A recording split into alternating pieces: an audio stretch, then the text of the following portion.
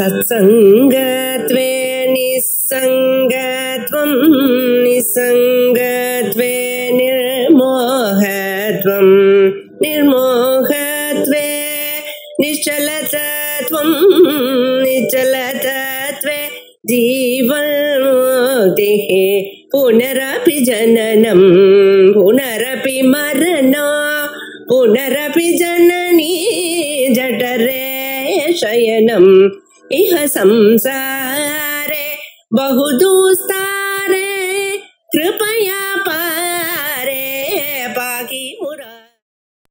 ஸ்ரீ வித்யாரண்ய சுவாமிகளால அருளப்பட்ட பஞ்சதசி கிரந்தத்தை, பிரகரண கிரந்தத்தை பார்த்து கொண்டிருக்கிறோம். அதுல முதல்ல விவேக பஞ்சகம், அதற்கு பிறகு தீப பஞ்சகம் அப்படின்னு 5 சாப்டர் 10 இப்ப கடைசியா இருக்கக்கூடியது ஆனந்த பஞ்சகம் அப்படின்ற கடைசி சரம பஞ்சகத்தை பார்த்துட்டு இருக்கோம். அதுல இந்த 5மே ஒரே பிரம்மானந்தத்தை சொல்லக்கூடியதுதான். பிரம்மானந்தத்தை 5 டிஃபரெண்ட் ஆங்கிள் சொல்றார். அப்படி யோகானந்தம் அப்படின்னு 11வது சாப்டர் பார்த்தோம். அதற்கு பிறகு ஆத்மானந்தம் அப்படின்னு 12வது சாப்டர் பார்த்தோம். அதுக்கப்புறம் அத்வைதானந்தம் அப்படின்னு 13வது சாப்டர் பார்த்தோம். அதற்கு பிறகு வித்யானந்தம் அப்படின்னு 14வது சாப்டரை பார்த்து போன தடவை முடிச்சுட்டோம். இதுல வித்யானந்தம்னா என்ன அப்படின்றது அதனுடைய கனெக்ஷனை பார்க்கணும்னா, ஜீவன் முக்தியை தான் வித்யானந்தம் அப்படின்னு சொல்றாரு. வித்யினால வரக்கூடிய ஆனந்தம். வித்தியினால வரக்கூடிய ஆனந்தம்னு சொன்னாக்க நமக்கு தெரிஞ்ச ஆனந்தங்கள் எல்லாம் டெம்பரரியா தானே இருக்கும். அப்படின்னா ஆனந்தம் போய் திருப்பி துக்கம் வரும் அப்படின்னு ஒரு அர்த்தம் வந்துவிடும். அந்த அர்த்தம் வரக்கூடாதுன்றதுனால இங்க ஆத்ம ஞானத்தினால வரக்கூடிய ஆனந்தம், இத தமிழ்ல பேரானந்தம் அப்படின்னு பிரிச்சு காமிக்கிறதுக்காக சொல்றது. அப்படின்னா என்ன அர்த்தம்னா, இந்த ஆனந்தம் சொரூபமான ஆனந்தம், பிரம்மத்தினுடைய சொரூப லட்சணமாக இருக்கக்கூடிய சத்து சித்து ஆனந்தம்னு சொல்லக்கூடிய அந்த சொரூபமான ஆனந்தம்.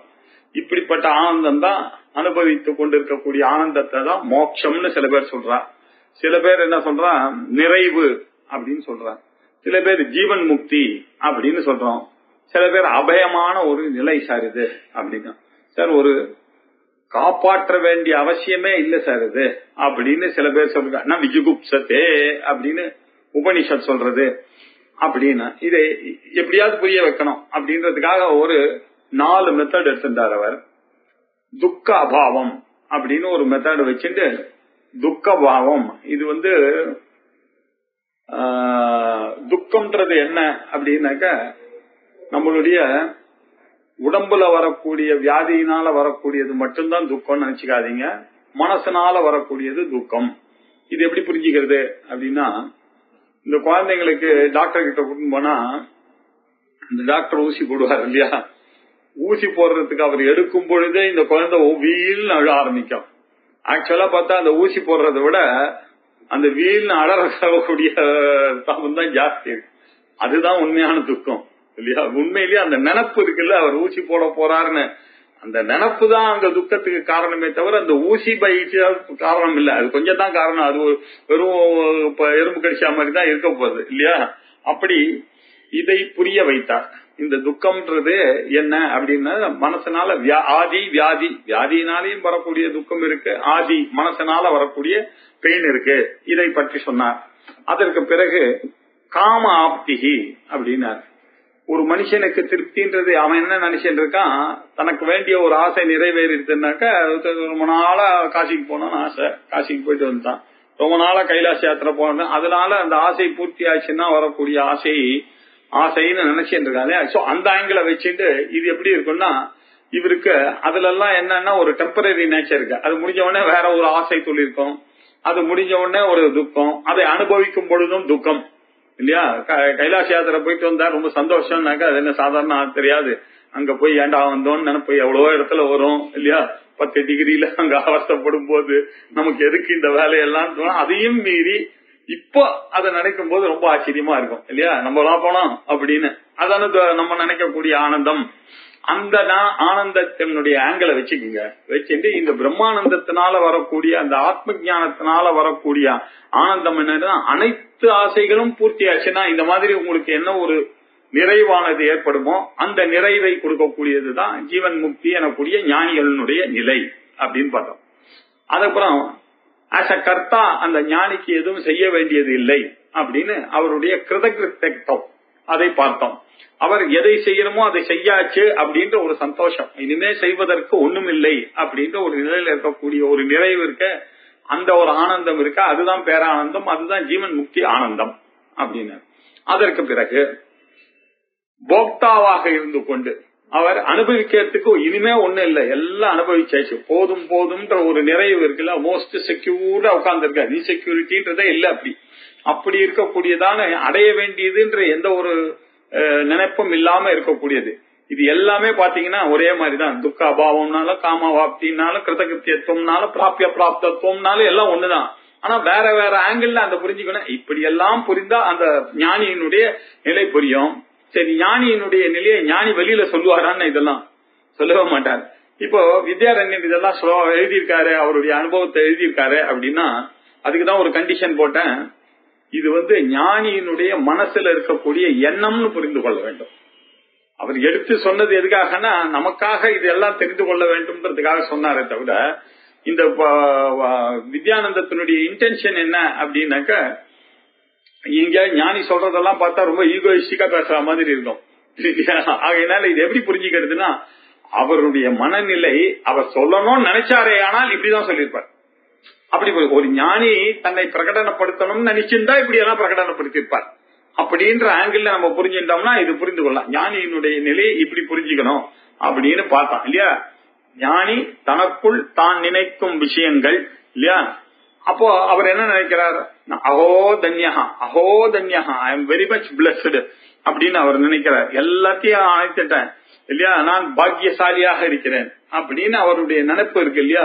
அந்த நினைப்பு அவர் எப்படி சொல்றது, அவர் மனசுல நினைப்பாரோ இல்லையோ, அது அகோதன்யா பலிதம் திருடம், எனக்கு எல்லாம் பலிதம் ஆயிடுது, திருடமாக ஆகிவிட்டது, இனிமேல் பட்டு எனக்கு ஒண்ணுமே இல்லை அப்படின்னு. அஹோ புண்ணியம் அஹோ மயம், ஆஹா இப்படி அல்லவா நாங்கள் இருக்கிறோம், இப்படி அல்லவா நாங்கள் இருக்கிறோம், இதுக்கு மேல எங்களுக்கு என்ன வேணும் அப்படின்னு நினைக்கக்கூடியதான ஒரு நிலையை பற்றி வித்யானந்தத்தை பார்த்தோம்.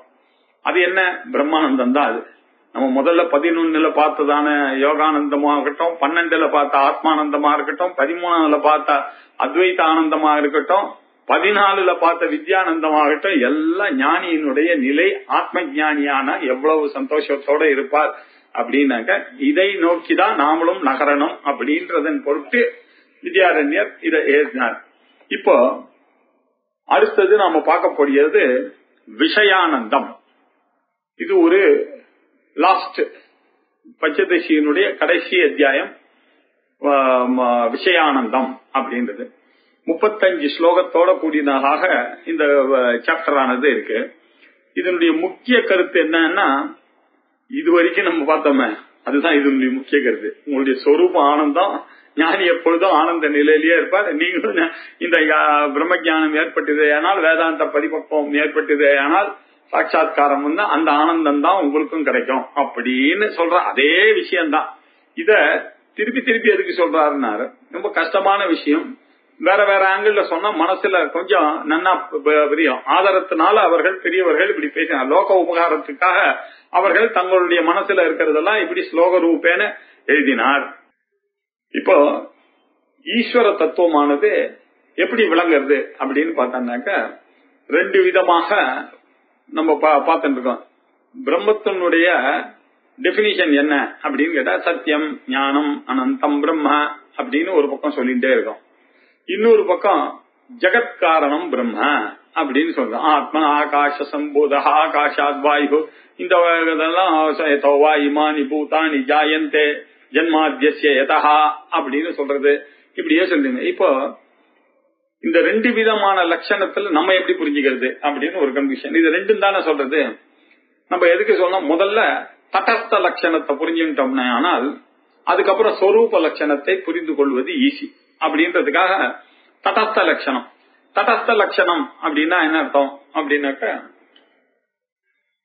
ஒரு தடத்தை வைத்துக் கொண்டு அது எல்லாருக்கும் தெரிஞ்சதான ஒரு இன்ஃபர்மேஷனை வைத்துக் கொண்டு தெரியாததான ஒரு விஷயத்த சொல்றது. இப்ப எங்க ஆத்துக்கு ஒருத்தர் வீட்டுக்கு போகணும்னா வழி சொல்லுங்க அப்படின்னாக்க, நீங்க இந்த தெருவுக்கு போங்க, ஃபர்ஸ்ட் மெயின் ரோடுக்கு போங்க, போயிட்டு வரலாம். அது வரைக்கும் போயிடுவேன் சார் எனக்கு தெரியும். அங்கேருந்து போனீங்கன்னா எந்த வீட்டுல 2 கார் இருக்கோ அந்த வீடு அப்படின்னு சொல்றோம்.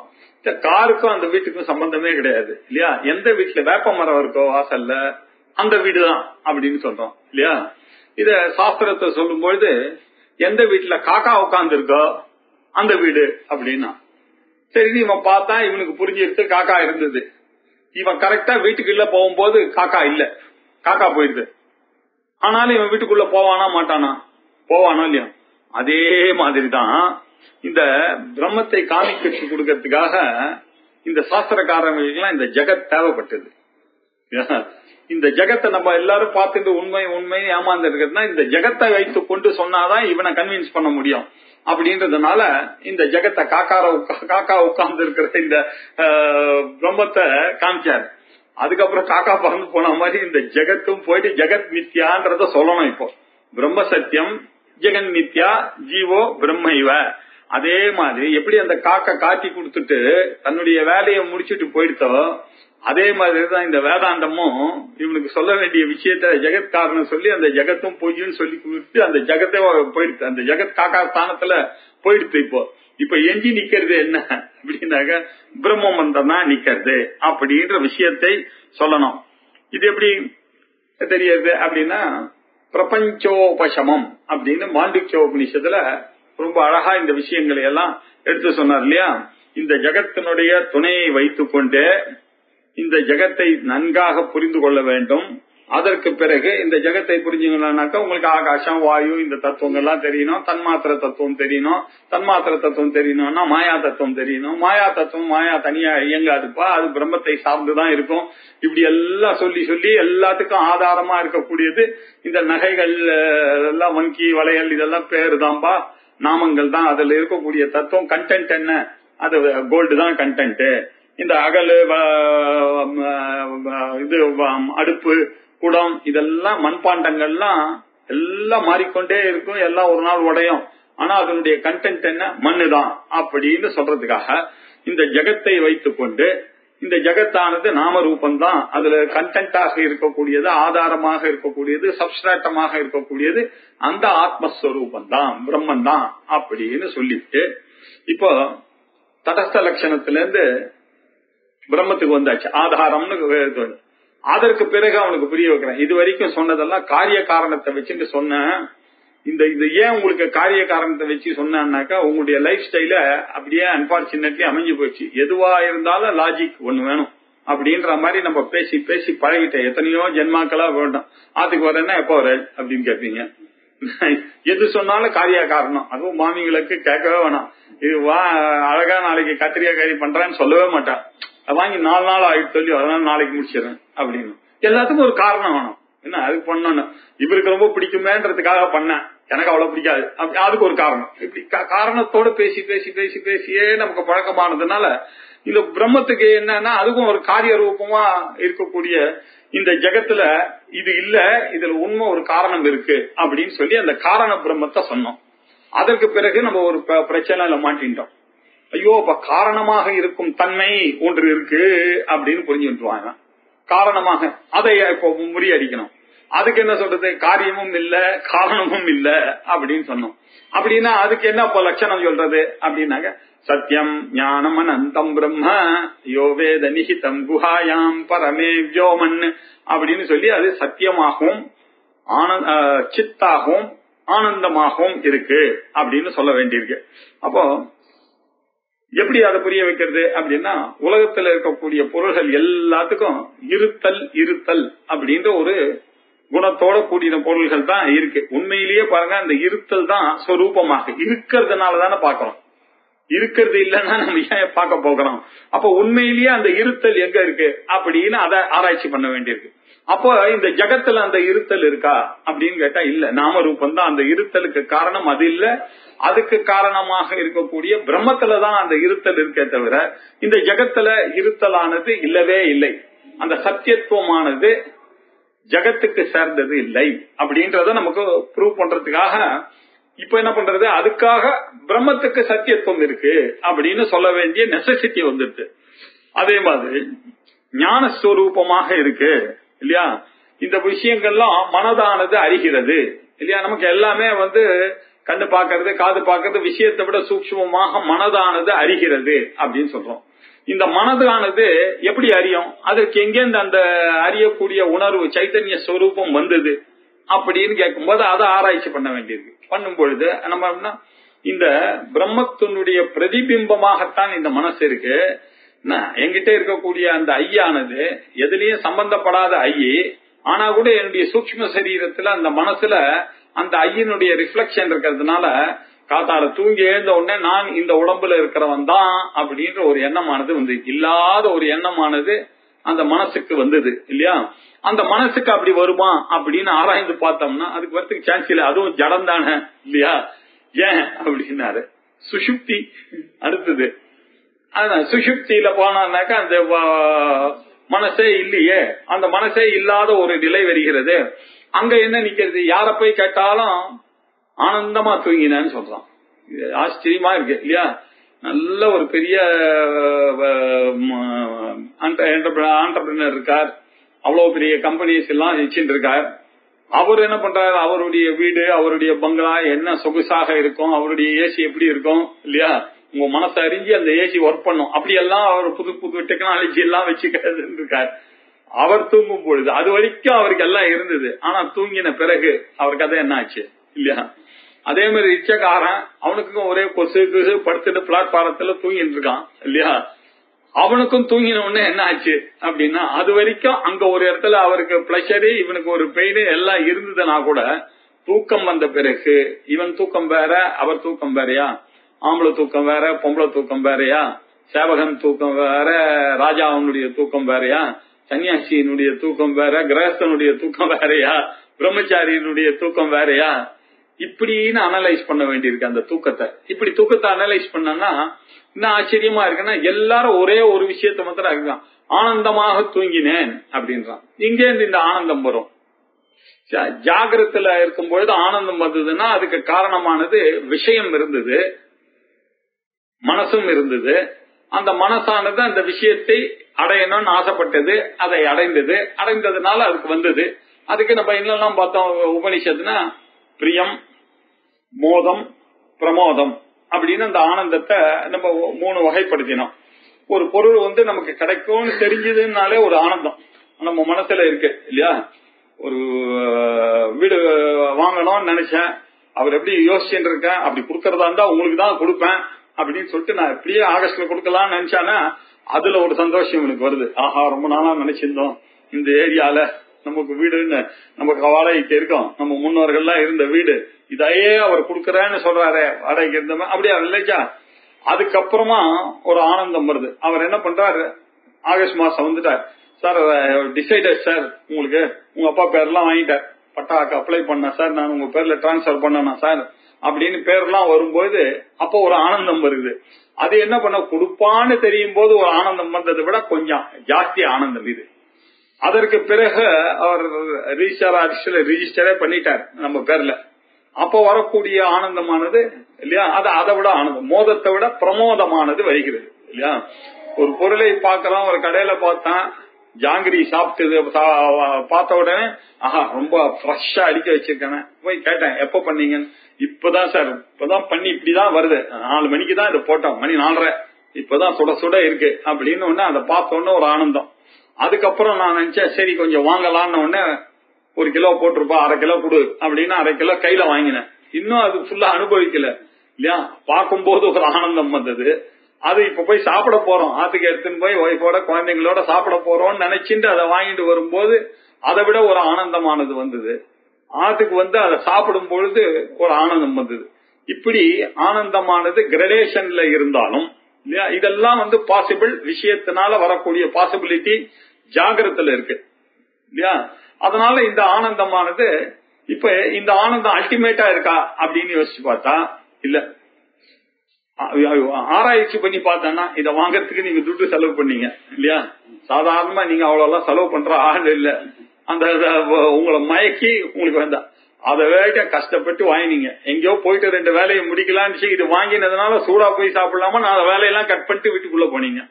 வீட்டுக்குள்ள போய் அவாவா எவ்வளவு வேலையா ஒய்ஃபும் பையனும் இருந்தாங்க. உங்களுடைய தொந்தரவு தாழாம அவர்கள் வந்து சாப்பிட்டாங்க அதை இல்லையா? இப்படி எல்லாம் யோசிச்சு பண்ணி எல்லாத்துலயும் துக்க மிசித்தத்துவம் இருக்கு இல்லையா? எல்லாத்துலயும் ஒரு அனித்தியத்துவம் இருக்கு எல்லாத்துலயும். ஆனா இது எல்லாத்தையும் மீறி நம்ம சொல்ற இப்ப வீடு உங்க பேர்ல எழுதுறேன்னு சொல்லிட்டு அவர் போயிட்டாரு. இப்ப இவருக்கு லோனுக்கு அலையணும், அவர் போய் பண்ணணும், ரீசார் ஆபீஸுக்கு அலையணும், எவ்வளவு துக்கங்கள் இருந்தது. அதையும் மீறிதான் அவர் அந்த ஆனந்தம். சோ துக்க கலப்பில்லாத ஆனந்தம்ன்றதே கிடையாது. ஜாகிரத்துல துக்க கலப்பில்லாத ஆனந்தமே கிடையாதுன்றது நல்ல நிரூபணமாறுது விஷயத்தினால இல்ல அப்படின்னு. சரி, அப்ப சொப்பனத்துல வரக்கூடிய ஆனந்தம் எப்படி இருக்கு அப்படின்னா, சொப்பனத்துல பிச்சைக்காரனா கனவு கண்டான் இல்லையா? தூங்கி எழுந்த உடனே ஒரு ஆனந்தம் வந்தப்பா நல்ல வேலை நான் பிச்சைக்காரன் இல்ல அப்படின்னு தெரியுது.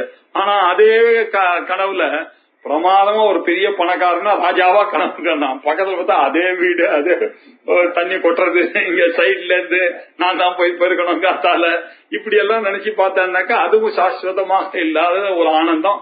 இந்த ஆனந்தத்தையும் ஆராய்ச்சி பண்ண வேண்டி இருக்கு. இன்னொரு ஆனந்தம் இருக்கு, சுஷுப்தி நிலையில இருக்கக்கூடிய ஆனந்தம்.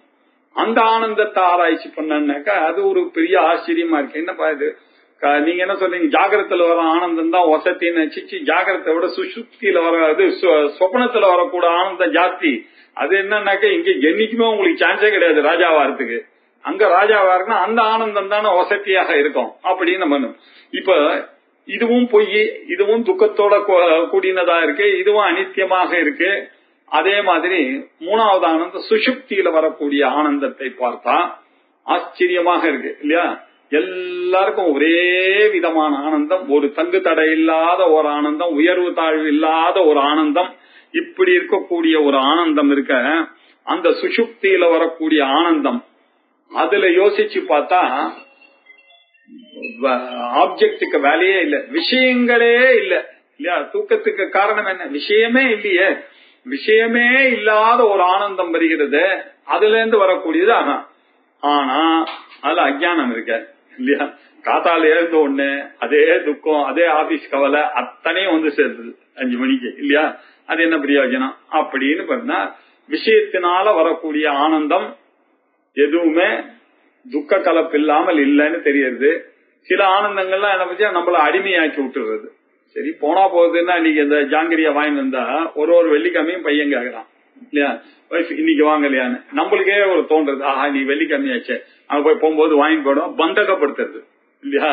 அது ஏதோ ஒரு வீடு வாங்கினோம் எல்லாரும் பார்த்தோம்னா அந்த வீட்டுல பந்தகம் நமக்கு படுத்து, இதை பார்த்தோம்னா இது இன்னும் கொஞ்சம் அதை சரிப்படுத்தலாமே, இது ஓட்டு வீடா இருக்கு, அது கொஞ்சம் கான்கிரீட் போடலாமே வாசல்ல, இப்படி எல்லாம் கணக்கு வருது, இது கொஞ்சம் ஏசி போடலாமே, இப்படின்னு பந்தகத்தை உண்டுபடுத்துது. அதுல இருந்து அதுக்கப்புறம் பார்த்தா ஃபேன்ல இருந்துட்டாருனாக்கா அதுக்கப்புறம் ஃபேன் இல்லாம இருக்க முடியறது இல்ல. அந்த ரூம்ல ஏசி ஒரு ரூம்ல போட்டோம்னா ஏசி இல்லாம, இது அதிருப்திகரத்துவம், பந்தகத்துவம், துக்க மிஸ்ரிதத்துவம் அப்படின்ற 3ஓட கலந்து இருக்கக்கூடிய ஆனந்தம் தான் விஷயானந்தம் அப்படின்னு நாம எல்லாம் இது வரைக்கும் நினைச்சிட்டு இருக்கோம். இது இல்லப்பான்னு சொல்றதுக்கு இந்த இதெல்லாம் நீங்க நினைச்சிட்டு இருக்கீங்க. உண்மையிலேயே பாத்தீங்கன்னா நீங்க விஷயானந்தம் விஷயானந்தம்னு இவ்வளவு நாள் எதை பேசினீங்களோ அதை நீங்க ஆராய்ச்சி பண்ணி பாத்தீங்கன்னா இதுக்கு பின்னாடி இருக்கக்கூடிய உங்களுடைய சொரூபமான ஆனந்தம் என்னன்றது உங்களுக்கு தெரியும். நீங்க சுஷுப்தியில இருக்கும் பொழுது உங்களுக்கு ஆனந்தமா தூங்கினேன்னு சொல்றதுக்கு காரணம் அதுல அஜ்ஞானம் இருந்தது வாஸ்தவம் தான். ஆனா ஆனந்தமா தூங்கினேன்றதுக்கு காரணம் என்னவா இருக்க முடியும் அப்படின்னு கேட்டா, உங்களுடைய சொரூபம் ஆனந்தமாக இருந்தா தானே அந்த ஆனந்தத்துவத்தை நீங்க அனுபவிக்க முடியும். உங்களுடைய சொரூபம் ஆனந்தமா தான் இருக்கணும். எனக்கு எப்போதுமே எனக்கு பாருங்க, சுவாமி வந்து கேக்குறார், சாமி உங்களுக்கு வயசாகி போச்சு, நான் உங்களுக்கு 72 தான் போட்டிருக்கேன், எப்போ முடியாதுன்னா இந்த செப்டம்பர் முடிஞ்சதுன்னா சரி செப்டம்பர் மாசம் ரெடியா இருங்க 1ஆம் தேதி நான் வரேன் அப்படின்னாக்க உங்களை எடுத்துன்னு போனோம் அப்படின்னு சொல்லும் போது கரெக்டா முந்தின நாள் கேக்குறாரு, நாளைக்கு காலைல ரெடியான சார் பேரனுக்கு பூனல் ஜஸ்ட் செப்டம்பர் 17 சார், ஒரு 17 நாள், இது என்ன உங்களுக்கு ஒரு கஷ்டமா, இவ்வளவு தூரத்துக்கு ஃப்ரெண்ட்லியா இருக்கே வந்து கேக்குறீங்களா? சரி போ 17 அப்படின்னாரு. அன்னைக்கு ராத்திரி வந்தா பூனல் ஆயிடுச்சு சார், கொஞ்சம் இருங்க சார், ஒரு கொஞ்சம் இருந்தீங்கன்னா ஒரு கல்யாணத்தை பார்த்துட்டா கண்ண மூடிடுறது அதுதானே நியாயம் அப்படின்றாரு. சரி உனக்கு ஸ்பெஷல், நீ நிறைய உபாசனை எல்லாம் பண்ணிருக்க, கிராண்டட், போ நான் வரேன், இன்னும் ஒரு 5 வருஷம் பொறுத்து ஒரு சீக்கிரம் கல்யாணம் பண்ணுவோம் பையனுக்குன்னு சொல்லிட்டு போனார். கல்யாண தண்ணிக்கு வந்தா அவளுக்கு ஒரு குழந்தை பிறந்துருச்சுன்னா அப்புறம் உங்களோட வர போறேன்னு பண்ண. ஏன் சார் இப்படி போஸ்ட்போன் பண்ணிட்டே இருக்காரு இல்லையா? ஏன் போஸ்ட்போன் பண்ணிட்டே இருக்காரு? அது ஆச்சரியமா இருக்கு. சரி, எனக்கு இந்த உடம்புடைய லிமிடேஷன் எனக்கு தெரியும். என் கை இவ்வளவுதான் போகும் இல்லையா? என் கண்ணு ஒரு லெவலுக்கு தான் பார்க்கும். என் புத்திக்கு ஓரளவுக்கு தான் புத்தியை ரீடைன் பண்ணும். ஆனா எனக்கு வேண்டிய ஆனந்தமானது எப்படி இருக்குன்னு பார்த்தா இன்பினிட்டான ஆனந்தம் வரும். இன்பினிட்டான ஆனந்தம் தான மோட்சம். ஜீவன் முக்தி நிலை என்ன உங்களுக்கு? தங்கு தடை இல்லாம உயர்வு தாழ்வு இல்லாத அந்த ஆனந்தம் தானே உங்களுடைய ஆனந்தத்தினுடைய ஆசை. அந்த ஆனந்தமானது எப்படி இந்த சின்ன பாடியை வைத்துக் கொண்டு இந்த சின்ன மைண்ட வைத்துக் கொண்டு நான் அடைய முடியும்? ஆனா எல்லாருக்கும் ஆசை எப்படி இருக்கு? எல்லாருக்கும் ஆஸ்வதமா இருக்கணும், மோட்ச ஆனந்தத்திலேயே இருக்கணும், எல்லாருக்கும் ஆனந்தமா இருக்கணும், எப்பொழுதும் ஆனந்தமாக இருக்க வேண்டும் அப்படின்னு ஒவ்வொருவரும் தனக்கு சாதகமாக இந்த உலகத்துல எல்லாமே இருக்கணும்னு நினைக்கிறான். ஏன் அப்படி நினைக்கிறான்னு பார்த்தா அது அவனுடைய சொரூபமாக இருந்ததுன்னா தான் இது மாதிரி நினைப்பார்கள் எல்லாரும். ஏன் நீங்க என்னதான் நீங்க தண்ணிய சுட வச்சாலும் ஒரு 4 வாரம் ஆயிடுச்சுனாக்கா அந்த தண்ணி தன்னுடைய ஒரிஜினல் சுபாவமாக இருக்கக்கூடிய சொரூபமாக இருக்கக்கூடிய அது சில்லுன்னு ஆயிடும் இல்லையா? அதே மாதிரிதான் இவனுடைய சுபாவம் என்ன? ஆனந்த ஸ்வரூபம். இவன் சத்து சித்து ஆனந்த ஸ்வரூபம்னு வேதாந்தமானது இவனுக்கு காமிச்சு கொடுத்துருது. இந்த ஆனந்த ஸ்வரூபம் இருக்கிறதுனாலதான் இவன் எல்லார் கையிலயும் ஆனந்தத்தை எதிர்பார்க்கிறான். அந்த ஆனந்தமானது விஷயானந்தம் வரும்போது, அப்போ ஜாங்கிரி சாப்பிட்ட போது வீடு வாங்கின போதெல்லாம் வந்ததே சார் அந்த ஆனந்தம்னா, இவன் மனசுல இருந்த கவலை, இந்த டாக்டர் ஊசி போடுறதுக்கு முன்னாடி வர பயமானது, ஊசி போட்ட உடனே குழந்தைங்களுக்கு எப்படி போனோம் அது மாதிரி தான் நம்மளும் குழந்தைங்களா இருந்தோம். நமக்கு அதெல்லாம் அந்த விஷயத்தினால வரக்கூடிய ஆனந்தம் நினைச்சோம். அதுல இருக்கக்கூடிய துக்கம், அதுல இருக்கக்கூடிய பந்தகத்துவம், அதுல இருக்கக்கூடிய அனித்தியத்துவத்தை எல்லாம் மறந்தோம். மறந்துட்டு அது என்னமோ ரொம்ப ரொம்ப சந்தோஷத்தை கொடுத்ததுன்னு நினைக்கிறோமே தவிர உண்மை என்னன்னா உங்களுடைய கஷ்டங்கள் ரொம்ப நாளா 5 வருஷமா பொண்ணுக்கு ஜாதகம் தேடிந்து போகாத ஜோசியர் கிடையாது. இது செட்டில் ஆகும் சார், அடுத்தது செட்டில் ஆகும் சார், அடுத்தது செட்டில் ஆகும், இது வேண்டாமே, இது சரியா வராது சார், அதுக்கேத்த மாதிரி போகும்போது தள்ளிட்டே போறது இல்ல. எல்லாம் கஷ்டப்பட்டு அவரை அலியோவால நெலிஞ்சு ஒரு வழியா ஒரு நல்ல பையன் கிடைச்சி அவர் கல்யாணமும் பண்ணிட்டார். கல்யாணம் பண்ணி முடிச்ச உடனே அப்படி ஈஸ்டர்ல உட்கார்ந்த உடனே இப்போ இந்த கல்யாணம் பண்ணதுனால அவர் சந்தோஷமா இருக்காரான்னு யோசிச்சு பார்த்தா இல்ல. இந்த கவலையெல்லாம் இருந்தது இல்லையா? இவ்வளவு நாள் இருந்த கவலை, அது வேணும் வேணும்ன்ற அந்த ஆசை, அந்த மைண்ட்ல இருக்கக்கூடிய அந்த ஸ்ட்ரெஸ் இருந்தது இல்லையா? அந்த ஸ்ட்ரெஸ் தான் போச்சே தவிர அதுக்கு காரணமா அந்த வஸ்து இருந்தது, அந்த பொண்ணு கல்யாணம் இருந்தது தவிர இவருடைய அலைச்சல், இவருடைய ஸ்ட்ரெஸ் எல்லாம் போகும் பொழுது என்ன ஆச்சுன்னா ஒரு நிமிஷம் இவருடைய சொரூபத்துல இருக்கக்கூடிய ஆனந்தமானது அப்படி கொஞ்சம் ஆவிர்வாவம் ஆயிடுச்சு. அவர் என்ன பண்ணார், அதை புரிந்து கொள்ளாமல் தன்னுடைய சொரூபத்துல இருக்கக்கூடிய ஆனந்தம் தான் இந்த ஆனந்தம்னு புரிந்து கொள்ளாமல் என்னுடைய பொண்ணு கல்யாணம் ஆனதுனாலதான் இந்த ஆனந்தம், இந்த ஜாங்கிரினாலதான் இந்த ஆனந்தம், இந்த வீட்டுனாலதான் இந்த ஆனந்தம் அப்படின்னு ஜனங்க ஏமாந்து போயிட்டு இருக்காங்க. ஆகையினால விஷயானந்தத்துல இருக்கக்கூடியதும் ஆராய்ச்சி பண்ணி பார்த்தா பிரம்மானந்தம் தான் அப்படின்னு சொன்னார். இப்ப நமக்கு சந்தேகம் வரும், விஷயானந்தம் தான் நமக்கு தெரியுமே, இது என்ன இவர் சொல்றது? விஷயத்துல இருக்கக்கூடிய ஆனந்தம் எல்லாம் போகணும்ன்றதுக்காக தான் நான் ஸ்பிரிச்சுவலா வந்திருக்கேன். எனக்கு தெரியாது, இருக்கிற வேலையெல்லாம் அமெரிக்கால இருந்து விட்டுட்டு இங்க உபனிஷத் படிக்கலாம் அப்படின்னு உட்கார்ந்தா விஷயானந்தத்தை பத்தி சொல்றாரு.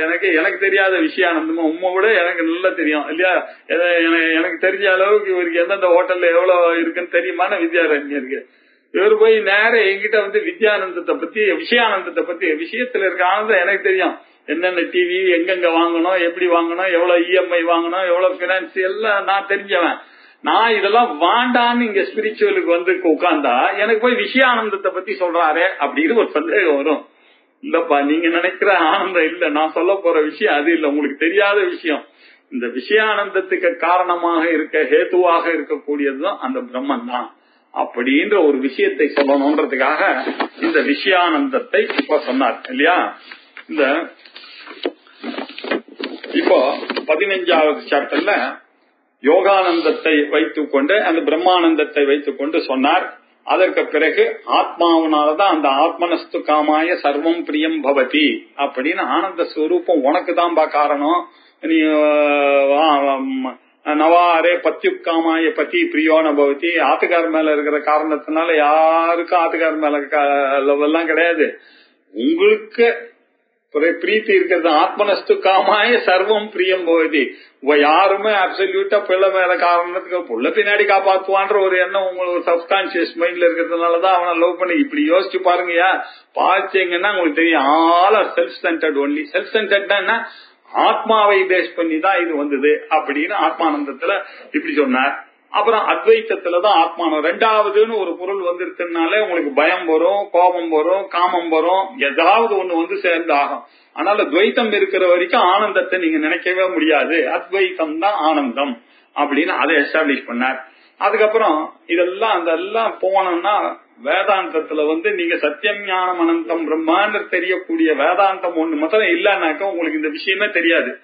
ஆகையினால வித்தியினால வரக்கூடிய ஆனந்தம் தான் உண்மையான ஆனந்தம் அப்படின்னு சொல்லி திருப்தி தீப பிரகரணத்தை காமிச்சு அந்த காணாம போன 10வது பேர் வழி இப்ப வந்துட்டாங்க இல்லையா, எங்கேயும் காணாமவே போல, நீங்களா காணும்னு நினைச்சு தேடினீங்க. அந்த பக்கம் போனவர் நீதாம்பா அந்த 10வது பேர் வழி. இன்னொன்னு 10வது பேர் வழி கிடைச்சாங்கன்னு எப்பொழுதுமே ஆனந்த ஸ்வரூபமா இருந்தான். கொஞ்ச நாள் வந்து இருக்கும் பொழுது இந்த உலகத்துல இருக்கிற வரைக்கும் தன்னை ரொம்ப சின்சிக்கன், நான் ரொம்ப இன்செக்யூர்டு பர்சன் அப்படின்னு நினைச்சான். அப்படின்னு நினைச்ச உடனே வேதாந்தத்துல வந்து அப்பா நீ அப்படி எல்லாம் இல்லப்பா, உண்மையிலேயே உன்னுடைய சொரூபம் ஆனந்தம் தான், இவ்வளவு நாள் இருந்ததுதான் பொய், உண்மையான சொரூபம்னு உடனே அவனுக்கு அப்பாடான்னு அந்த கண்ணு திறந்தது. அவ்வளவுதானது இருக்கிறதா காண்பிக்கிறது தான் வேதாந்தமே தவிர புதுசா எதையுமே சொல்லி கொடுக்கல. நீங்க எதை இந்த உலகம் நினைச்சிட்டு இருக்கீங்களோ, நான் நினைச்சிட்டு இருக்கீங்களோ அது இல்லப்பா, அது சொல்றதுக்காக தான் வந்தது தவிர ஆல்ரெடி நான் தான் ஆனந்த ஸ்வரூபமா இருக்கேன். எனக்கு எப்படி ஆனந்த ஸ்வரூபமான பிரம்மம் கிடைக்கும்? நான் தான் ஆல்ரெடி இல்லாததுதான் கிடைக்கும். நான் அதுவே இருந்துட்டு இருக்கேன்.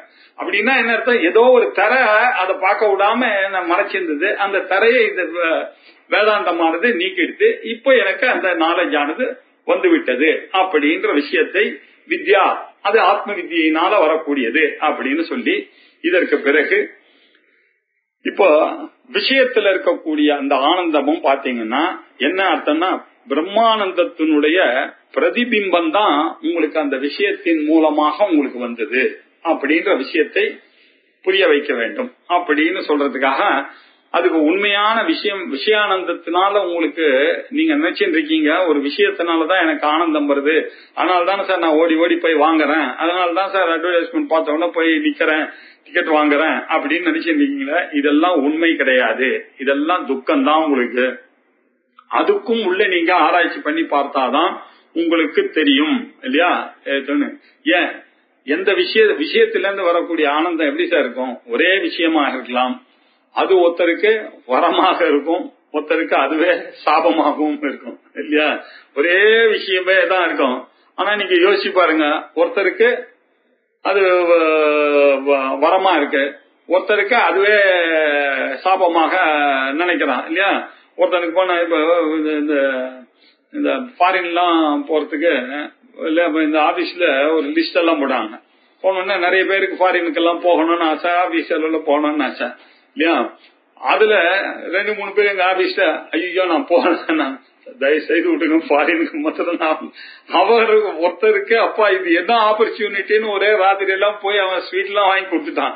இவா 2 பேரும் துக்கம், என்ன போய் போட்டு அனுப்புறான், நாளைக்கு போய் கேட்கலாமா, நாளைக்கு வேண்டாம், ஏன்னா அவருக்கு இஷ்டம் இல்ல, நீங்க யாரு கேட்கறதுக்கு இல்லையா? உங்களுக்கு ஒரு விஷயம் பிடிச்சதுனாக்கா அதே விஷயம் இன்னொருத்தருக்கு அது வந்து சஸ்பென்ஷன் ஆடுற மாதிரி இருக்கு. இவருக்கு வந்து ஃபாரின் போற சான்ஸ் கிடைச்சது, ஒரே சந்தோஷத்துல இருக்காரு இவரு, ஆஹா எனக்கு கிடைச்சதுன்னு.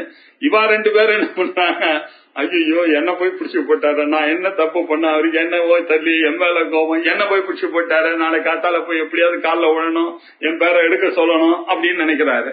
இது என்ன ஒரே விஷயம் தானே, எல்லாருக்கும் ஒன்னா இருக்கிறது இல்லையே, ஒரே விஷயமாக இருக்கிறது இல்லையா? பசியில இருக்கக்கூடியவனுக்கு ஜாங்கிரி தெரியுது, பக்கத்துல டயபிட்டிஸ்கார அதை பார்த்தாலே அவருக்கு டென்ஷனா ஆகுது. ஒரே ஜாங்கிரி ஒருத்தருக்கு சந்தோஷத்தை உண்டு பண்ணிக்கிறது, ஒருத்தருக்கு டென்ஷனை உண்டு பண்ணிக்கிறது. அதனால விஷயத்தினால வரக்கூடிய ஆனந்தம் விஷயம் காரணமாக இருக்க முடியாது.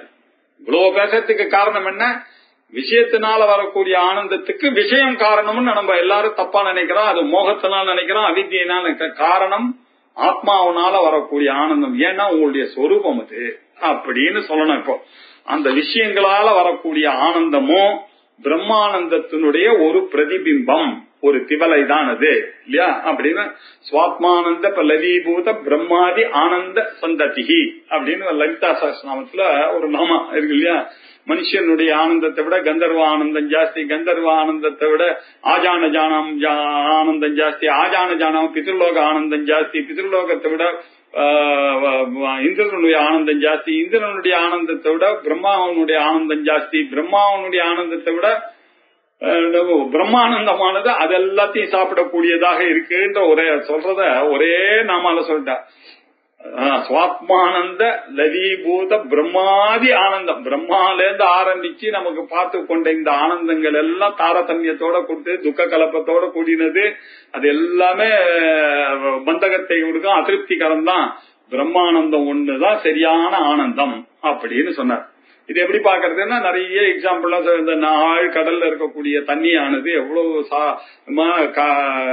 டர்புலன்ஸே இல்லாம, அலை இல்லாம, நுரை இல்லாம, குமிழ் இல்லாம இருக்கும். அது மாதிரி இருக்கக்கூடிய நிலை தான் ஞானியினுடைய ஆனந்தமான நிலை. அந்த ஆனந்தமான நிலையைத்தான் நாம அறிந்து கொள்ள வேண்டாம். அதனுடைய ஒரு திவலை, ஒரு பிரதிபிம்பம் தான் இந்த விஷயத்திலிருந்து வரக்கூடிய ஆனந்தம் அப்படின்றத எஸ்டாப்ளிஷ் பண்ணோம். இப்போ ஆரம்பிக்கிறாரு இந்த சாப்டர்.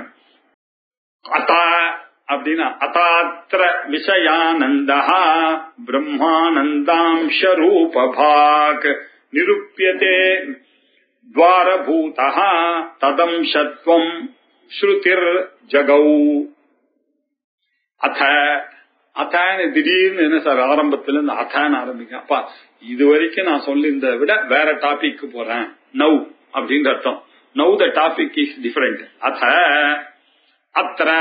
அத்திரன்னு அர்த்தம் இங்க, இங்க என்ன அர்த்தம்? விஷயானந்தம் எனக்கூடிய 15வது அத்தியாயத்தில் அத்திர விஷயானந்தா, விஷயத்தினால வரக்கூடிய ஆனந்தம் விஷயானந்தம். இந்த விஷயானந்தத்தை கீழே செகண்ட் லைன்ல இருக்கக்கூடியது நிரூபியதே, இதை நிரூபணம் பண்ணுகிறேன் அப்படின்னார். எப்படி சார் நிரூபணம் பண்ணுவீங்க? எங்க இருந்து சார் வந்தது இந்த ஆனந்தம் அப்படின்னு கேட்டா, பிரம்மானந்த அம்சரூபாக், பிரம்மானந்தத்தினுடைய பிரதிபிம்ப அம்சரூபமாக, பாக் அப்படின்னா உடையது, பிரம்மானந்தத்தினுடைய பிரதிபிம்பமாக இருக்கக்கூடியதுதான் இந்த விஷயத்தினால உங்களுக்கு கிடைக்கக்கூடிய ஆனந்தமும் அப்படின்னாரு இல்லையா?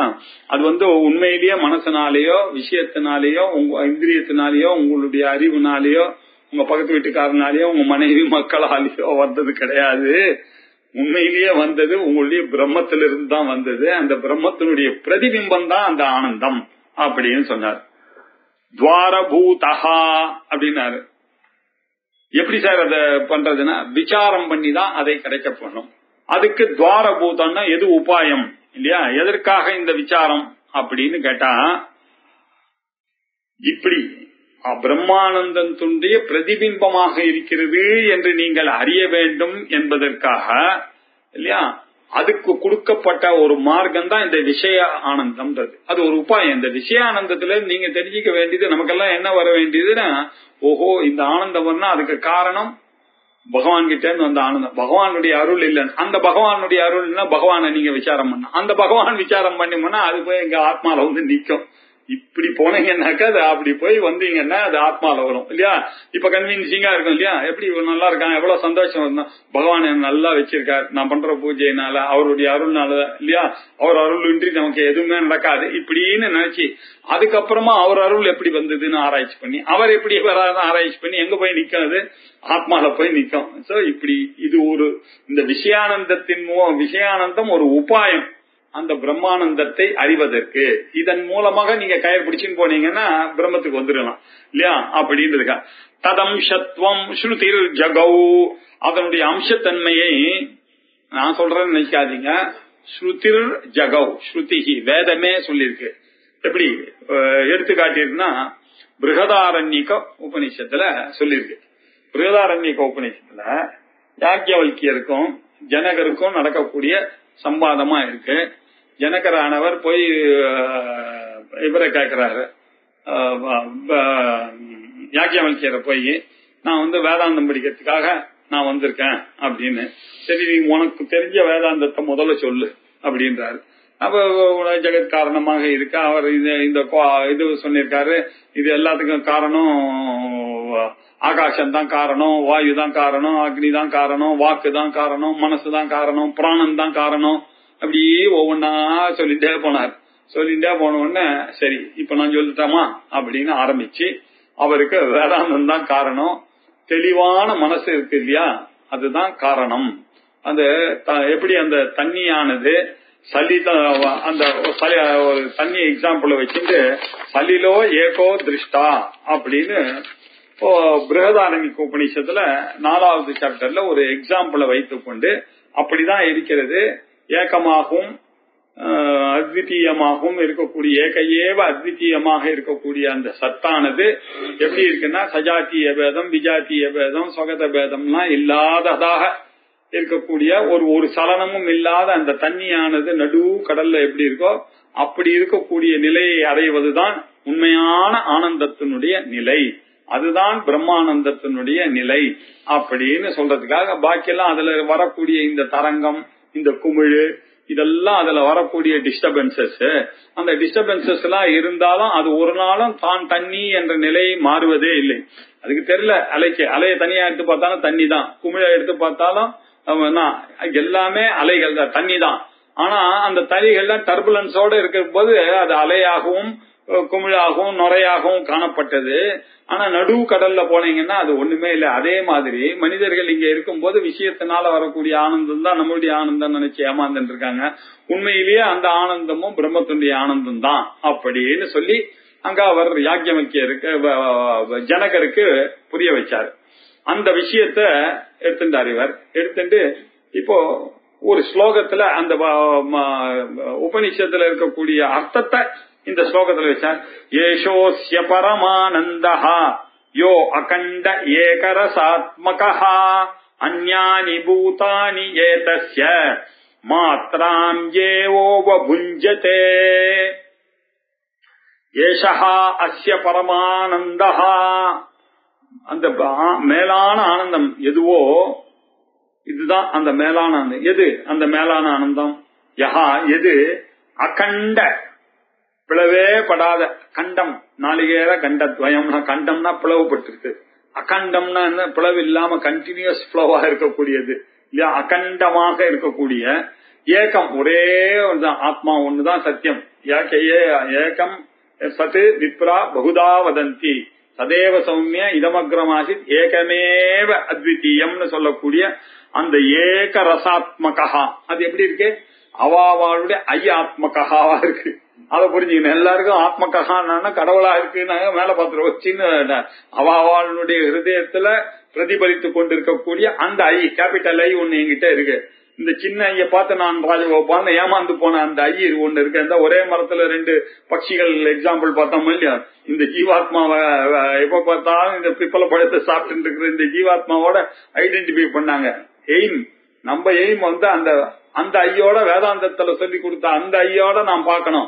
அதுக்கு உண்டான அகங்கிரக உபாசனையை பண்ணணுமே தவிர இந்த சீப் ஐய பத்தி எனக்கு என்ன கவலை, இது எட்டனா பிச்சை எடுக்கிற ஐய பத்தி வேண்டாம். அதெல்லாம் நிறைய எடுத்து ஜென்மமா இப்ப அகங்கிரக உபாசனைக்கு வந்தாச்சு. இன்னும் கூட பகவான் கிட்ட போய் அது வேணும் இது வேணும்னு கேட்கறோம்னாக்கா திருப்பி என்ன புனரப்பி ஜனனம் புனரப்பி மரணம்ன்ற நாக்கு தெரிஞ்சு போச்சு.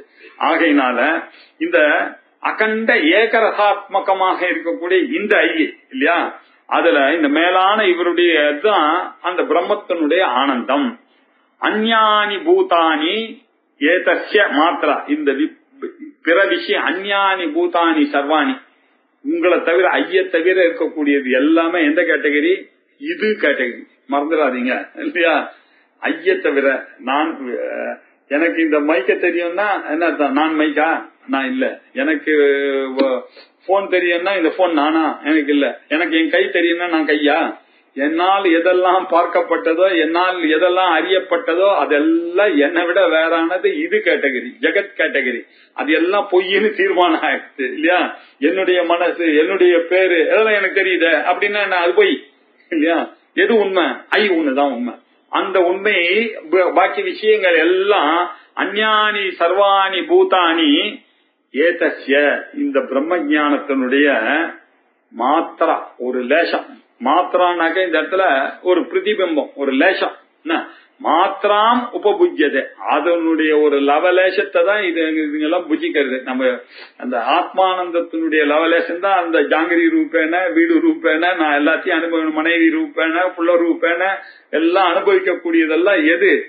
அந்த பிரம்மானந்தத்தினுடைய ஒரு லேசம், ஒரு அம்சம். அம்சம்னா இங்க பார்ட்டுன்னு புரிஞ்சுக்க கூடாது, பிரதிபிம்பம்னு புரிஞ்சுக்கணும் இல்லையா இங்க. அதனாலதான் மாத்திரம் ஏவ உபபுஜ்யதே அப்படின்னு சொன்னார். அது மாத்திரம் அந்த லேசத்தை தான், அது மாத்திரம் தான் அனுபவிக்கிறாங்க. அனுபவிக்கிற காலத்திலேயே பிரதிபிம்பத்தை அனுபவிக்கிறாங்க. அது உண்மையான பிம்பம் எது? அது பிரம்மம் தான் அப்படின்றதை அனுபவிக்கிறான்ற விஷயமானது பிருகதாரண்யக உபனிஷத்துல அந்த சலிலோ திருஷ்டான்ற ஒரு மந்திரத்துல சொல்லப்பட்டதாக இருக்கு. அதை வைத்துக் கொண்டு இப்ப பார்ப்போம் அப்படின்னு 25வது ஸ்லோகம் வரைக்கும் இந்த பிருகதாரண்யக உபனிஷத்தினுடைய விஷயத்தை அப்படி பிடிச்சு போறாரு. பிடிச்சிட்டு அதுல சொன்ன மாதிரி சொல்லிட்டு 26 35 வரைக்கும் நிதித்தியாசனம், மோட்ச ரூபமாக இவன் எப்படி ஆகிறான், அந்த நிலையை அடைகிறான், இந்த விஷயானந்தத்தை புரிந்து கொண்டதனால ஆத்ம ஞானியாக ஆகிறான்னு சொல்லி இந்த பஞ்சதசியை முடிக்க போறாரு. இப்போ இத புரியறதுக்காக 3 கேட்டகரியாக மனிதனுடைய மனசை மனசனுடைய எண்ணங்கள் அது எப்படி இருக்கு அப்படின்னா 3 கேட்டகரைஸ் பண்ணலாம் சார். எதை வச்சு சார் கேட்டகரைஸ் பண்ணீங்க? இன்ஹரண்டான குணங்களை வைத்துக் கொண்டு கேட்டகரைஸ் பண்ண முடியும். ஏன்னா உலகத்துல உண்டானது, ஜெகத்காரணத்துக்கு உண்டானது, ஜெகத்துல உண்டானது எல்லாம் முக்குணத்துடன் கூடினதாக இருக்கிற காரணத்தினால உங்களுடைய மனசும் இந்த உலகத்தில் இருக்கக்கூடிய விஷயமே தவிர அதுவும் அனாத்மா தானே. எந்த அனாத்மாவா இருந்தாலும் குணத்துக்கு உட்பட்டதுதான் இல்லையா? ஆத்மாவை தவிர, ஆத்மா ஒண்ணுதான் நிற்கணும், அதை தவிர பாக்கி எல்லாம் குணத்துக்கு உட்பட்டதுதான். எந்த குணத்துக்கு உட்பட்டது அப்படின்னா ரஜோ சத்துவகுணம், ரஜோகுணம், தமோ குணம். இதை பத்தி விஸ்தாரமாக குணத்திரய விபாக யோகத்திலாம் நிறைய நம்ம பார்த்திருக்கோம் பகவத்கீதையில. இப்போ அத அப்படி சுருக்கமா சொல்ல போறாரு. இப்போ சாந்தாஹா, சாந்தமான விருத்திகள் நமக்கு வருது நிறைய, கோரமான விருத்திகள் வருது இல்லையா, மூடமான விருத்திகள் வருகிறது, எல்லாருக்கும் வருது. காத்தால 6:30 மணி 7 மணிக்கு பார்த்தா எல்லாருக்கும் சாந்தமான சித்த, ஏதோ பூஜை பண்ணலாமா, அது பண்ணலாமா, இது பண்ணலாமா, அன்னைக்கு கோபம்லாம் வரமாட்டேங்கிறது, எல்லாம் வரமாட்டேங்கிறது. கொஞ்ச நேரம் ஆபீஸ் பிரச்சனை எல்லாம் வர ஆரம்பிக்குது. 9 மணி 10 மணிக்கு இவருக்கு கோர விருத்திகள்லாம் வருது. அதெல்லாம் முடியாது. அவன் எப்படி விட்டுனா அவனோட 2 கோட் பண்ணி அவனை அடி. இதான் காம்படிஷன். என்ன எல்லாருக்கும் உண்டு வாழணும்ன்றதுக்காக நான் கம்பெனி நடத்தல இல்ல. எவ்வளவு பாருங்க கோர விருத்தி அப்படி ஆரம்பிச்சிருது. அவருக்கு எதையாவது தள்ளி விட்டாவது வந்துருன்னு. இவர் சார் காலையில 7 மணிக்கு அந்த எண்ணம் வந்திருக்குமா அவருக்கு? யாருக்காவது லஞ்சம் கொடுக்கணும்ன்ற எண்ணமே வராது. 10 மணிக்கு ஆபீஸ் அந்த அட்மாஸ்பியர் அந்த வந்தோடனே இவருக்கு அந்த கோர விருத்தியானது, உடம்புல இருக்கக்கூடிய ராஜச விருத்தியானது வேலை செய்ய ஆரம்பிக்கிறது. கொஞ்ச நாள் ஆச்சுன்னாக்க டயர்டா சார் நாளைக்கு பாத்தீங்கன்னா சார்னு நல்ல காத்தால சுறுசுறுப்பா இருக்கிற ஆளு இப்ப சாயங்காலம் என்ன சரி 7 மணி 8 மணி ஆச்சுன்னா பாத்தீங்கன்னா சார் தலையா வாங்கிடுவான், நாளைக்கு போய் அட்டன் பண்ணிக்கலாம் சார், இப்ப ஒண்ணு அதுக்கு நிம்மதியா தூங்குங்க சார் அப்படின்றாரு அவரு இல்லையா. இப்போ மௌட்டிய விருத்தி இப்படி மனுஷனுக்கே இப்படி இருக்குன்னாக்க எல்லா விருத்திகளையும் நீங்க நினைச்சு பார்த்தா சத்தமாக இருக்கும் பொழுது அவர்கள் வேற மாதிரி இருக்கார்கள், ராஜசகமாக இருக்கும் பொழுது கோரமாக இருக்கிறார்கள், தாமசமா இருக்கும் போது மௌட்டியத்தோட இருக்கிறார்கள், மூடத்தனத்தோட கூடி இருக்கிறார்கள். இந்த விஷயத்தை இப்ப சொல்ல போறார். என்னென்ன சமயத்துல விருத்திகள்லாம் சாந்தமா இருக்கு, எந்தெந்த சமயத்துல கோரமா இருக்கு, எந்தெந்த சமயத்துல மௌட்டியமா இருக்கு அப்படின்ற விஷயத்தை, சத்துவம் ரஜஸ் தமஸ் என்ற விஷயத்தை இப்ப சொல்ற. வைராக்கியம் சாந்தி ஔதார்யம் இத்தியாத்யாக சாந்த விருத்தயா இல்லையா. பகவத்கீதையில நிறைய அமானித்துவம் மதம்பித்துவம் சக்கமா நம்ம பார்த்துட்டோம். அத்வேஷ்டா சர்வபூதானி, அப்புறம் தெய்வீ சம்பத்து எல்லாம் நம்ம பேசிட்டாரு என்ன. ஆனாலும் நமக்கெல்லாம் அது தெரியும். அதனால கொஞ்சம் சுருக்கமா இவர் சொல்லிட்டு போறாரு. வைராக்கியம் சாந்தி ஔதார்யம் இத்தியாத்யாக சாந்த விருத்தயா கிருஷ்ணா ஸ்நேகோ ராகலோபௌ இத்தியாத்யாக கோர விருத்தயः சம்மோஹः பயம் இத்தியாத்யாக கதிதாக மூட விருத்தயः. வைராக்கியம் எல்லாம் போதும் எனக்கூடிய நினைப்பு. போதும் சார்னு ஒரு கண்டென்ட்மெண்ட் இல்லையா, எதுவும் வேண்டாம் அப்படின்னு வைராக்கியம். எதை பார்த்தாலும் அதுல இருக்கக்கூடிய தோஷம், இந்த நாலேஜ் வந்ததுனால அதுல இருக்கக்கூடிய தோஷங்களும் தெரியும். போறேன் சார், நான் கிளம்புறேன் சார், வச்ச பண்ணேன், இப்போ போறீங்க நல்ல மழை வருமே ஜூன்ல, இப்ப போய் மாட்டிக்காதீங்க சார், டக்குன்னு அவங்களுக்கு ஸ்ட்ரைக் ஆகுது இல்லையா, இப்ப போகாதீங்க செப்டம்பர்ல போகுங்க இப்படின்னு அதுல இருக்கக்கூடிய தோஷம். ஐயோ ராத்திரி வேலையிலயா சாப்பிடுறீங்க, ஐயோ அதுல ஃபுல்லா சீஸ் எல்லாம் போட்டிருப்பான் சார், பன்னீர் போட்டிருப்பான், நாளைக்கு காத்தால பூஜையை வச்சுட்டு ஏன் சார் அப்படின்னு சொன்ன உடனே நமக்கு ஆமா நாலேஜ் வந்துருச்சுன்னா சரி சரி வாண்டான்னு சொல்லி நீங்க இட்லி கொடுத்துருப்பா அப்படின்னு சொல்லுவோம் இல்லையா. இந்த நாலேஜ்னால இவருக்கு என்ன அர்த்தம்னா வைராக்கியமானது ஏற்படுகிறது. இந்த ஞானமானது எங்க, சத்வா சஞ்சாயத்தை ஞானம். நீங்க நல்ல நயனத்துல இருக்கும் போதுதான் உங்களுக்கு மைண்ட் நல்லா வேலை செய்யும், காத்தாலதான் உங்களுக்கு நல்லா வேலை செய்யும். சத்துவ குணமானது அப்பதான் பிரபலமாக இருக்கும் இல்லையா. வைராக்கியம், அப்புறம் சாந்தி, யார பார்த்தாலும் மன்னிக்கிற சுபாவம்ன்றது அந்த காத்தால தான் உங்களுக்கு வரும் இல்லையா. நம்ம வேலைக்காரி போய் இது ஒரு பெரிய பிரச்சனை, அவன் மாத்திரம் படிச்சிருந்தானே எனக்கு பாசா உட்கார்ந்து இருப்பா, அவளை போய் திட்டு நடக்கிறது தான். மத்தியானம் வந்து அவ எப்படி அப்படி செய்த, நீ எப்படி விட்ட, நான் என்னதான் நெருக்கு 4 கேள்வி கேட்டிருப்பேன் அப்படின்னு கோபத்துல பேசிருப்பேன் நானு.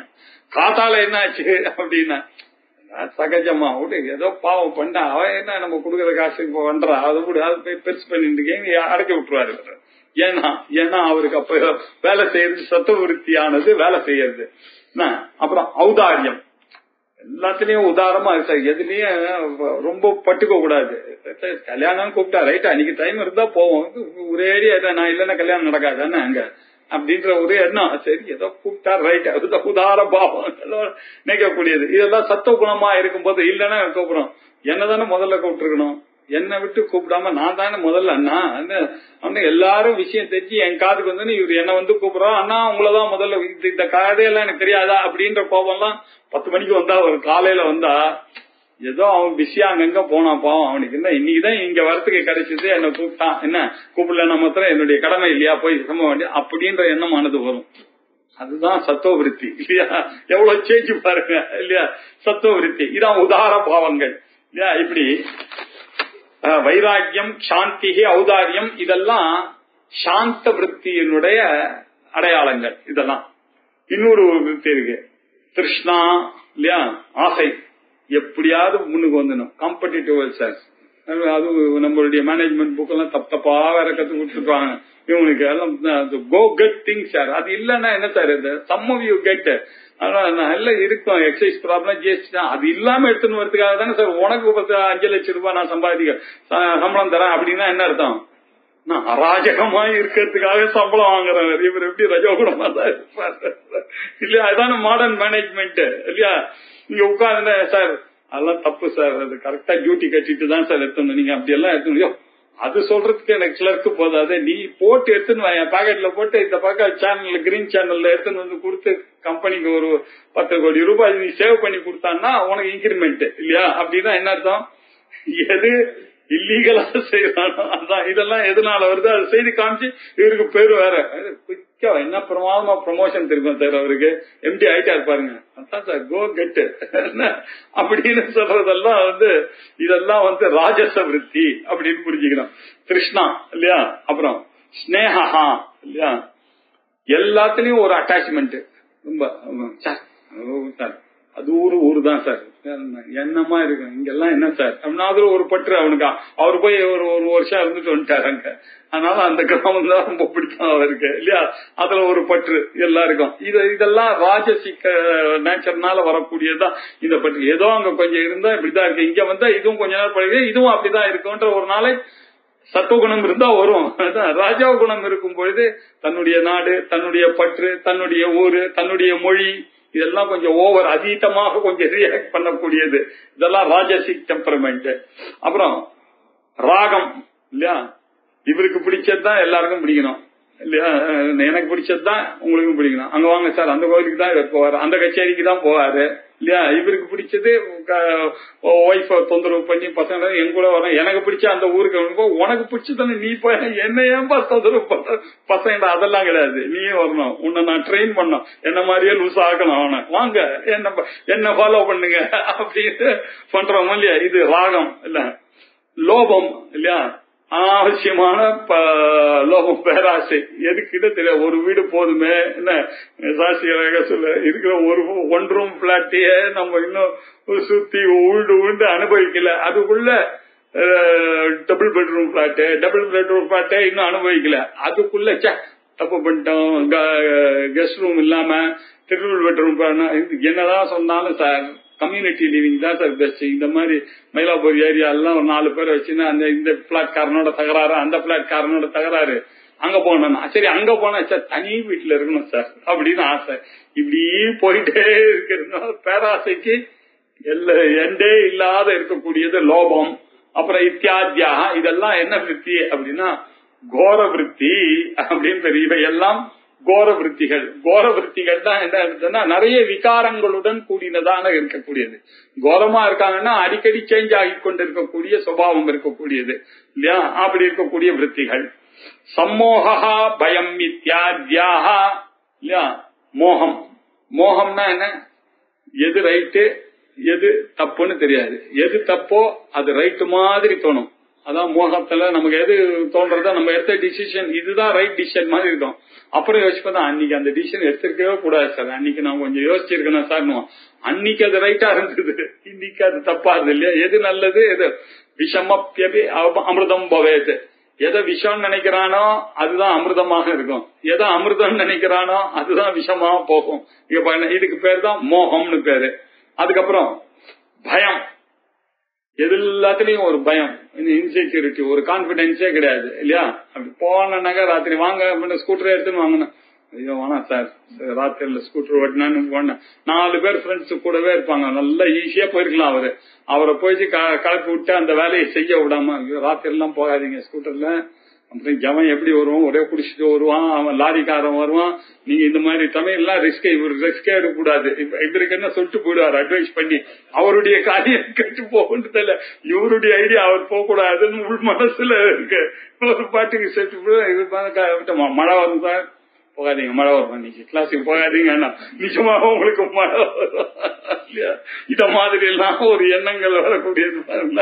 இதெல்லாம் பயம் காட்டி இல்லையா, எல்லாத்துக்கும் பயம், ஜென்ம பயம், ஜரா பயம், துக்க பயம், இல்ல மரண பயம், எல்லா பயத்தையும் காமிச்சுங்க. அவர்கிட்ட அதெல்லாம் பொலிட்டிக்கல் கம்பெனி சார்ன்னு சொன்னா இவங்க ஒழுங்கா போறவனுக்கு பயம் வந்துடும். நம்ம போனவன வேலையை விட்டு எடுத்துருவானா, இதை ரிசைன் பண்ணக்கூடாதான், இந்த கலப்பு விடக்கூடிய பயம் இருக்கு இல்லையா. இதெல்லாம் எதனால இந்த பயங்கள் எல்லாம் வரக்கூடிய விருத்திகள் எல்லாம் இதெல்லாம் தாமச விருத்திகள். அதனால இந்த மௌட்டியமான விருத்திகள்னு புரிந்து கொள்ளணும். இப்படி இத்தியாத்யாக கதிதாக மூட விருத்தையா அப்படின்னு சொல்லி இப்போ எல்லா விருத்திகளுமே பிரம்மஸ்வரூபத்தில இருந்து வரக்கூடியதுதான். அப்படி வரும்பொழுது எப்படி இந்த டிஃபரன்ஸ் எல்லாம் இருக்கு, சத்துவகுணமாக இருக்கு, ரஜோகுணத்தோட விருத்திகள் வருகிறது அப்படின்றத நம்ம ஆராய்ச்சி பண்ணி பார்க்கணும் இல்லையா. அதை கொஞ்சம் நம்ம யோசிச்சோம்னாக்க நமக்கு தெரிஞ்சிடும் இந்த விருத்திக்கெல்லாம் காரணமா இருக்கக்கூடியது என்ன, மனசு. அந்த மனசுக்கு காரணம் என்ன, இப்படி எல்லாம் நல்லா பண்ணா அதனுடைய பிம்பம் பிரதிபிம்பமாக இருக்கிறதுனால வருது. உண்மையிலேயே எல்லாரும் இப்படி எல்லாம் 3 குணத்தோட கூடியவர்களா எல்லாருடைய ஆத்மாவும் உள்ள போய் பாத்தீங்கன்னா எல்லாம் ஒரே பிரம்மன் தான் அப்படின்ற ஒரு சத்துவ குணம் வரும்போது எல்லாத்தையும் ஒத்துக்க போறோம். சரிப்பாவன் அன்னைக்கு அவர் அப்படி அந்த ஆக்ட் பண்ணணும்ன்றதுனால அப்படி அந்த டெண்டருக்காக அப்படி ஒரு பொய் சொன்னார், இன்னும் எப்போதுமா பொய் சொல்லுவாங்க, நல்ல மனுஷன் தான் அப்படின்னு எல்லாத்தையும் அக்செப்ட் பண்ணிக்கிறோம் பாருங்க. அந்த அக்செப்டன்ஸ் ஆனது வரக்கூடியதுதான் பிரம்மபாவம். அந்த பிரம்மபாவத்தினுடைய புரிதல் வந்துட்டுனாக்க இது எல்லாத்தையும் நம்ம புரிந்து கொள்ளலாம். இந்த கோர விருத்தியோ மூட விருத்தியோ இந்த சாந்த விருத்தியோ இது எல்லாத்தையும் புரிஞ்சுக்கலாம் அப்படின்னு சொல்லி அதுக்கு எப்படி சொல்லிருக்கு அப்படின்னாக்க பிரம்மாண்டத்துல இருந்து வந்து ரூபம் ரூபம் பிரதி ரூபோ பபுவ அப்படின்னு கட்டோபனிஷத்துலாம் அந்த மனசானது என்ன பண்றது, அந்தந்த ரூபத்தை எடுத்துக்கிறதே தவிர அது உண்மையிலேயே அதுக்குன்னு ஒண்ணு தனியா கிடையாது, ஜடம் அவ்வளவுதான். அது ஆல் கேன் பி அட்ஜஸ்டட், ஒண்ணு தப்பு இல்ல அப்படின்னு சொல்லி கட்டோபனிஷத்துல சொன்னதெல்லாம் வச்சு இவர் புரிய வைக்க போகிறாரு. எல்லா பிராவலுக்கும் ஆத்மாவாக இருக்கிறது ஒருத்தர் தான், அந்த பிரம்மானந்த பிரம்மன் தான் இவருடைய இந்த டென்ஷன்ல இருக்கும்போது இவருக்கு இப்படிப்பட்ட விருத்தியை உண்டு பண்றார். இவர் வந்துட்டு டயர்டா இருக்கும்போது இந்த விருத்தியை ஒர்க் பண்றார். காதாலேந்த உடனே இவரே இருக்கும்போது நல்ல விருத்தியை உண்டு பண்றார். அது எல்லாத்துக்கும் காரணமா இருக்கிறது எதுன்னு பாத்தீங்கன்னா அந்த பிரம்மஸ்வரூபமாக இருக்கக்கூடிய பிம்பம் தான் அப்படின்னு சொல்லி இந்த சாந்த விருத்தியை எக்ஸ்பிளைன் பண்ண போறார், கோர விருத்தியை எக்ஸ்பிளைன் பண்ண போறார், மூட விருத்தியை எடுத்துட்டு போறாரு. அதுக்கு எக்ஸாம்பிள் இந்த கட்டையில எப்படி உஷ்ணம் பிரகாசம் இப்படி இருக்கோ அதே மாதிரி இந்த சாந்த விருத்தியாக இருக்கக்கூடியவருக்கு இந்த ஆனந்தமும் சத்து சித்து சைத்தன்யமானதெல்லாம் அங்க தெரியுது. ஆகையினால இந்த சத்துவ குணத்தை வர வைத்துக் கொண்டார்களே ஆனால் அவர்களுக்கு வேதாந்தத்துல ஒரு ருச்சியானது ஏற்படுகிறது. வியாபகாரத்துக்குள்ள எப்படி வேணாலும் இருந்துட்டு போட்டோம், பாரமார்த்திகத்துல இதெல்லாம் ஒரு பெரிய விஷயமே கிடையாது இல்ல சொல்லி இந்த பாரமார்த்திக சத்தியம் பிராதிபாதிக சத்தியம் வியாபகாரிக சத்தியம் இந்த மூணுத்தையும் புரிந்து கொண்டோமே ஆனால் பாரமார்த்திகமான சத்தியில தான் நம்மளுடைய ஆனந்த ஸ்வரூபமானது வெளிப்படும்னு பின்னாடி போய் முடிக்க போறார். அதனால பாரமார்த்திகமா பார்த்தா எல்லாரும் ஆனந்த ஸ்வரூபி தான், ஏதோ விவகாரத்துல இதெல்லாம் நடந்ததுன்றத சொல்லி இந்த ஆனந்தத்தை அடையறதுக்கான 26வது ஸ்லோகத்துல இருந்து 35 வரைக்கும் அந்த பிரம்ம ரூப நிதித்தியாசனத்தை சொல்லி இந்த புக்கை முடிக்கிற சமயத்தில் நீங்க எல்லாம் ஞானியா தான் இருக்கணும், இதெல்லாம் புரிஞ்சிருக்கணும்ன்றது ஐடியால எழுதியிருக்காரு. இதனுடைய மேல் பாகத்தை அடுத்த ஞாயிற்றுக்கிழமை பார்ப்போம்.